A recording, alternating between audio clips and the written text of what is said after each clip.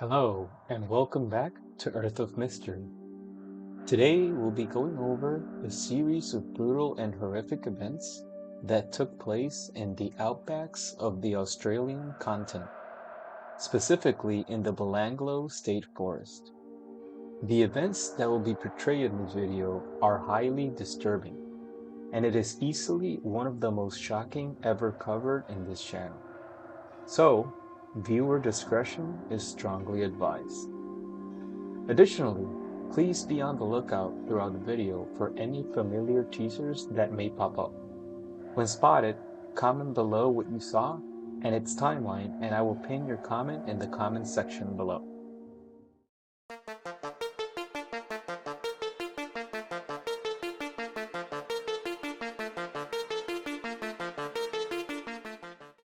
Today, we may think of hitchhiking or hitching a ride from a stranger as something from the past, outdated and outright dangerous. And this is not further from the truth. However, in these modern times, vehicles are more of a necessity rather than just a convenience. Nowadays, you can acquire a vehicle with relative ease, mostly anywhere around the world for short or extended periods of time, and it would not necessarily end up breaking the bank. A few decades ago, however, particularly in the 90s, things were somewhat different. There were not as many services that we see offered today, such as Uber, car rental agencies, and even the commodity of having cell phones. Additionally, people kind of were more trustworthy from random strangers or individuals. So, there was a common trend during these days, mainly amongst tourists, of hitching rides with anyone that would be willing to offer. Particularly, truckers were the most sought after, since they traveled long distances and were seen as a one-stop shop to getting from point A to point B. Having said this, it was not uncommon for people to hitch rides with whomever they came across, albeit it was pretty safe back then. Or so this is what people thought. This tragic story begins with Caroline Clark and Joanne Walters. They were both 22 years old and originally from the United Kingdom. Each of them shared a passion for traveling and visiting other countries, to learn from their culture, try their food, and pretty much try everything that the place had to offer. The two of them met in Australia during one of these trips. They got to know each other and soon teamed up together with the aim of touring around the south of the country. One of their last pieces of information recorded was that in April of 1992, they packed up their stuff and left a backpackers hotel in Sydney. They were headed for the southeast of New South Wales as part of their tour around Australia. But when their families didn't hear from them for a number of weeks, they knew that something must have gone terribly wrong. Tragically, their families were right. They never made it to their destination. On September 19 of that same year, 5 months after being reported missing, their bodies were discovered by two people exercising around a forested area. They were found buried in a shallow grave in an area known as Executioner's Drop, within the Belanglo State Forest. The find was certainly a horrific one, but it was only the start of the nightmare that was to follow. For context, the Belanglo State Forest is located in the Australian state of New South Wales. It has a total area of around 3,800 hectares. This vast area is mainly filled with pine trees. However, it does have some other native forestry plants around. Despite being an area of outstanding natural beauty, the Belanglo State Forest has a sinister reputation and a place in the Australian folklore. The forest continues to be a popular tourist recreation destination regardless of its sinister reputation. The third and fourth victims were Deborah Everest and James Gibson. They were both 19 years old, and unlike Caroline and Joanne, Deborah and James were actually born and raised in Australia. They really knew their way around the area. They had no language barriers and had their families and friends at a moment's reach. James had kind of a hippie style. He had long, messy hair that hung halfway down his back, while Deborah had more of a casual, fly-below-the-radar look. She had long, dark hair and a winning smile. The young couple had also set off on a hitchhiking trip. They were planning to travel almost 400 miles to a famous music festival near the city of Albury, where they had plans to meet up with some friends. However, like Carolyn and Joanne, they would unfortunately never return home. On October of 1993, which was 4 years after their disappearance, a local man searching for firewood discovered bones in a particularly remote section of the Belanglo State Forest. He got up and quickly left to report it to the authorities. Upon returning to the scene with police, they uncovered the two bodies, which were later identified as Deborah and James. That same year, 3 more victims were found in Belanglo State Forest, starting with Simone Schmidl, who was last seen in January of 1991. Her body bore the now familiar hallmarks that police had come to expect from the ruthless killer they had on the loose. However, this time, there was closing at the scene that didn't belong to Simone. This could only mean one thing: that there were more victims to be found. So, police and investigators doubled down on the search, and a few days later, on November 4th, 1993, the bodies of Gabor Negebauer and Anja Habshid were discovered in shallow graves, also within the Belanglo State Forest. To provide some additional context on these 3 victims, Simone, or Simi as her friends called her, was 21 years old and originally from Germany. Simi and a friend by the name Jeanette had been hitchhiking together around Australia and New Zealand for several weeks, mostly getting lifts with truckers. The 2 of them eventually went their separate ways when Simi learned that her mother, Irwina, was flying to Australia. She then quickly set off in order to meet her at the airport upon arrival.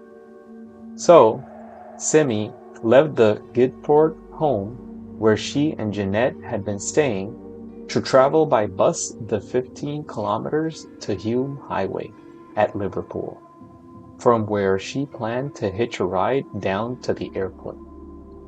For additional context, this was a 515 miles or 828 kilometer journey, which would take her around 8 hours to complete. She actually had around 4 days to get to Melbourne Airport and meet her mother that was on her way from Munich. The pair were especially close. Her mother did everything she could to make the trip, since they had originally planned a 6-week camper van tour of Victoria before flying home together back to Germany. Now, Gabor and Anja were both 21 years old and originally from Germany. As all the previous victims, they were tourists trying to enjoy everything that Australia had to offer. On December 26, 1991, they left a backpacker hostel in King's Cross in Sydney, aiming to travel to Adelaide, targeting to reach the city of Darwin. Tragically, they were never seen alive again. Now, With already 7 victims, police were left with the task of finding who had committed these heinous crimes. Now, the breakthrough came relatively quickly. After the police aired details of the victims found, on November 13, 1993, the police received a call from England. The man on the other end of the phone was called Paul Onions. He was a 24-year-old man who said he was hitchhiking south from Sydney a year earlier than Simi, in January 1990. He said that when heading out of Casula, he had hitched a ride with a man named only as Bill. After a few hours of driving, he noticed that Bill started to act strangely, and when they were less than a kilometer away or so from the Belanglo State Forest, Bill, all of a sudden, pulled the car over and brought out a gun and some rope and stated that it was a robbery. Since Paul had noticed his bad intentions a while back, he was ready. He leaped out of the vehicle and into the path of oncoming traffic. By some sheer miracle, he was able to flag down a passing motorist by the name of Joan Berry. He hitched a ride with her, and they both sped away and quickly reported the incident to the Barrow police. Paul was able to provide as much detail as possible, such as Bill's physical appearance and the type of car that he drove. Around the same time of Paul's call, the police received another phone call, this time from a local woman. She had her suspicions about a gun-loving man from town. The man's name, she said, was Ivan Milat.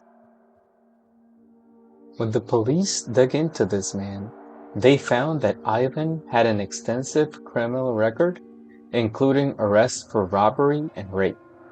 Not only that, but Ivan owned a car similar to the one that Paul and Joanne had originally described, and he was also known to go by the name of Bill. So, all in all, it looked as though the police had their man. On February 26, 1994, police started surveillance of Ivan's house at Cinnabar Street, Eagle Vale.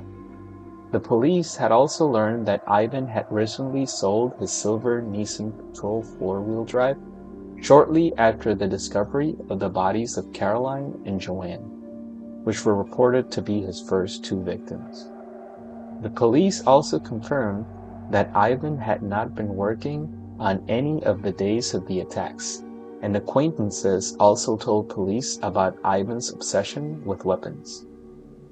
Ivan's brother, Bill, who often had his identity used by his brother for work or vehicle registrations, was questioned by investigators. When the connection between the Belanglo murders and Paul's experience was made, Paul quickly flew to Australia to help with the investigation. So, with that, on May 5, 1994, Paul positively identified Ivan from a lineup as the man who had picked him up and attempted to murder him. In the early morning of May 19, 1994, 50 police officers raided Ivan's home since he was considered a very dangerous individual. Once inside, the evidence was just damning.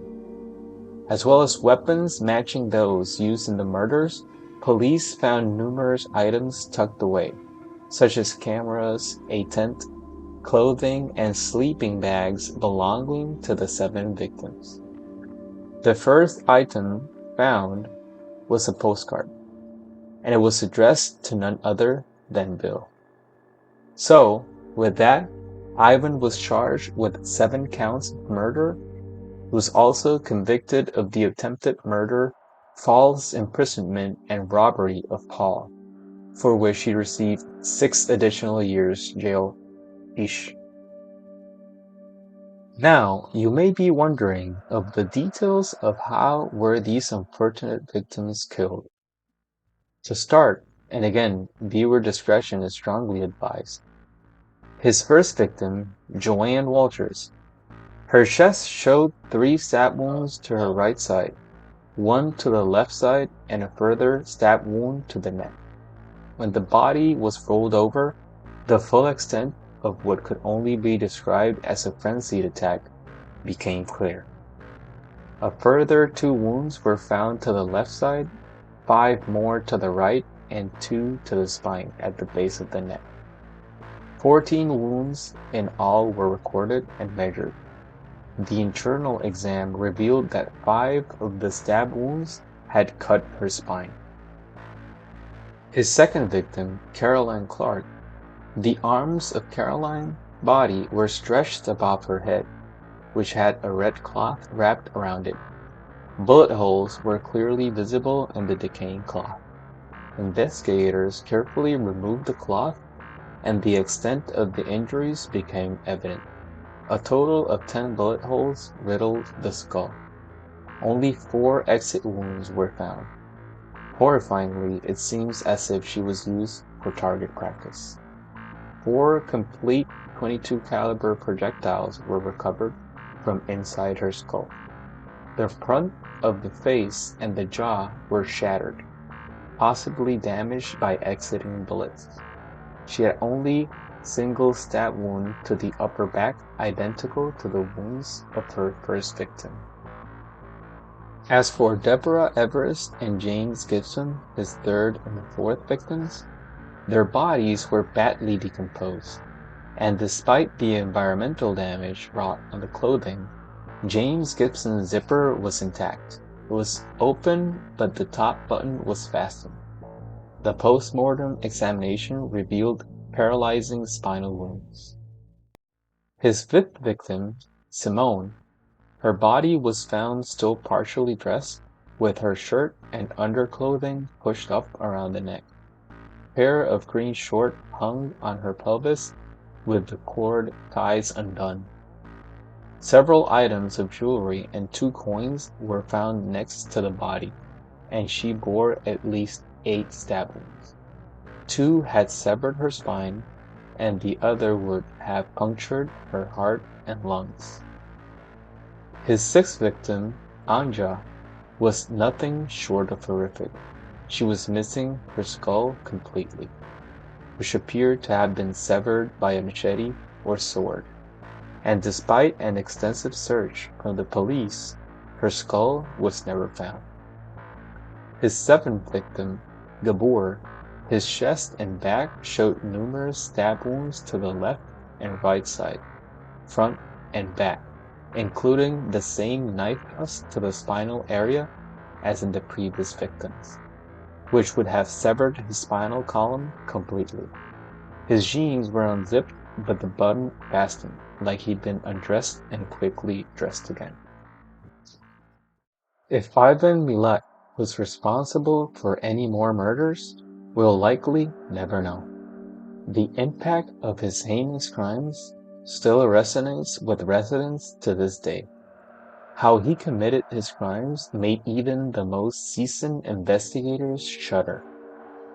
Ivan passed away on October 27, 2019, following a diagnosis of esophageal cancer. He maintained his innocence to the bitter end. If Ivan had any more secrets, he took them to his grave, and the true number of victims he suspected of murdering may never really be known. As we know now, Paul was the only living witness to Ivan Milat's murderous cruelty. In 2005, a movie by the name Wolf Creek was released. The events portrayed in the film were inspired by the real-life horrific crimes committed by Ivan that took place in the Belanglo State Forest. If you are still here, many thanks for watching, and again, please like and subscribe to the channel so you don't miss any of our future content. As you can see, this channel is just starting out, so please feel free to comment below with any suggestions or recommendations that you may have. I hope to see you at the next one.